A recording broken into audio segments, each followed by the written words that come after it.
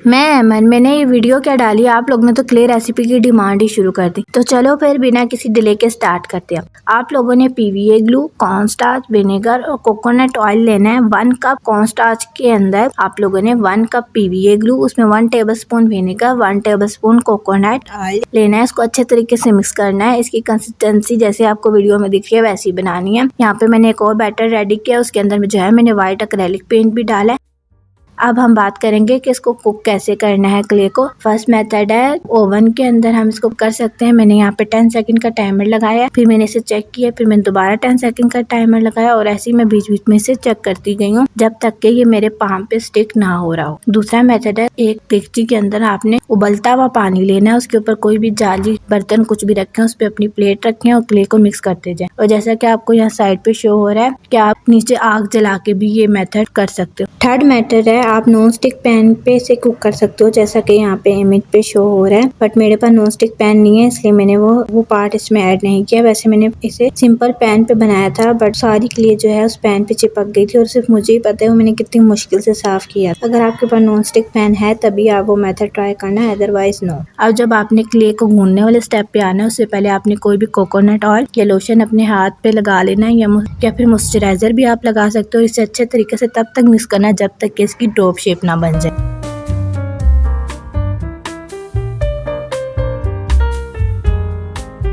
अब बारी है कि इसको स्टोर कैसे करके रखना है। किसी भी पॉलिथीन बैग में से डालना है, फिर इसे जो है किसी भी एयर टाइट कंटेनर के अंदर रख देना है और इसे 24 घंटे का रेस्ट देना है। अब मैं बताती हूँ व्हाइट एक्रेलिक पेंट वाली क्ले का और जिसमें व्हाइट एक्रेलिक पेंट नहीं डाला उसका क्या फर्क। आप यहाँ पर देख ही सकते हो कि जो लेफ्ट साइड पर जो मेरी है जिसके ऊपर मैंने मेंशन भी किया है व्हाइट एक्रेलिक पेंट, वो थोड़ी व्हाइट है और जिसमें नहीं है व्हाइट एक्रेलिक पेंट वो थोड़ी येलोइश हो रही है। अब जो है इसको कलरिंग करने के मैं मेथड बता रही हूँ।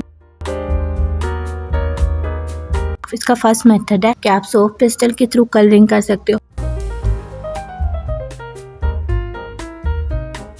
सेकंड जो है वो आप फूड कलर से कलरिंग कर सकते हो। ये ड्राई फार्म और लिक्विड फार्म दोनों में अवेलेबल होती है। मेरे पास ड्राई फार्म था तो मैंने थोड़ा सा इसमें पानी का ड्रॉप ऐड की है।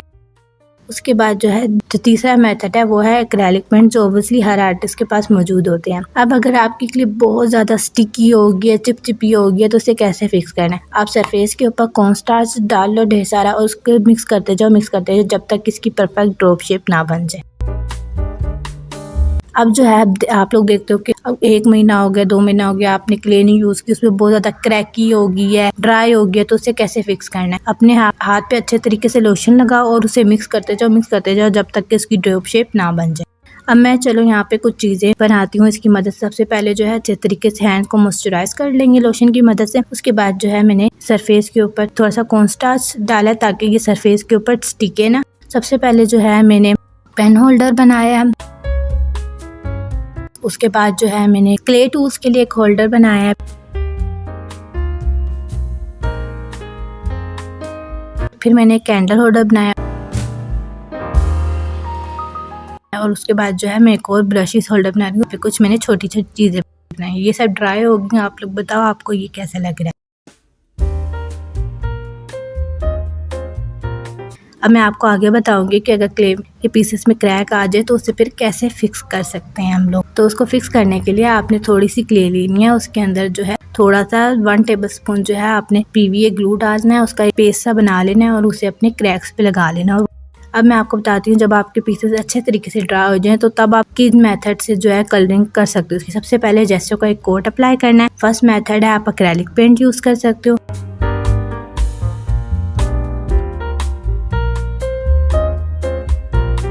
सेकंड जो है वो आप क्वाश पेंट यूज कर सकते हो, पर हमेशा याद रखें क्वाश पेंट जो है वाटर से रिएक्टिव हो जाते हैं, इसलिए जब अगर आपने इस पे रेजिन अप्लाई करना है तो पहले फिक्सेटिव स्प्रे अप्लाई करना है, देन आप रेजिन अप्लाई कर सकते हो।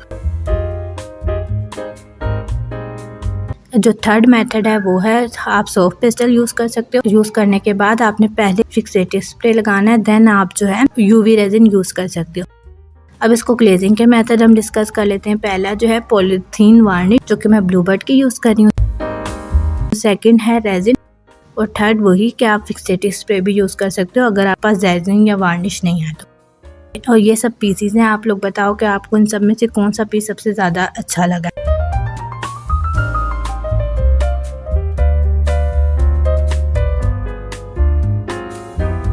अब मैं आपको सबसे मेन चीज़ बताने वाली हूँ कि आपने किन किन बातों का ख्याल रखना है इस क्ले को बनाते। मैंने बहुत सी वीडियोस में देखा है कि वो कहते हैं कि विडवुड ग्लू से जो है क्ले बन जाती है, ऐसा बिल्कुल भी नहीं। मैंने 3 डिफरेंट ब्रांड ट्राई की हैं बट सब में सेम इशू था। यहाँ पे आपको इमेज में भी शो हो रहा होगा कि कैसे जो है क्रैक्स पड़े हुए हैं।